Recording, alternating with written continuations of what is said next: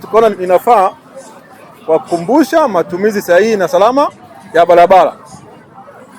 Matumizi sahihi na salama ya barabara. Tunaposema sahihi ni kufuata taratibu, kanuni na alama za usalama barabarani. Lakini tukisema salama, unaweza ukafanya jambo kwa usahihi lakini usiwe salama. Kwa mfano, taa imekuruhusu, si ndio? Ya kijani.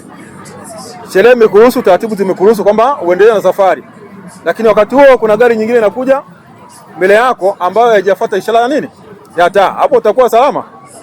Kwa ndio maana tukasema ni lazima tuzingatie matumizi sahihi na salama ya barabara. Tukaona sasa inafaa kuwakumbusha na mno unapokuwa barabarani ni jinsi gani inafaa wewe unapotumia chombo chako cha moto uwe salama na makundi mengine ambayo unakutana nao barabarani yawe salama. Familia yako inakusubiri. Zingatia usalama.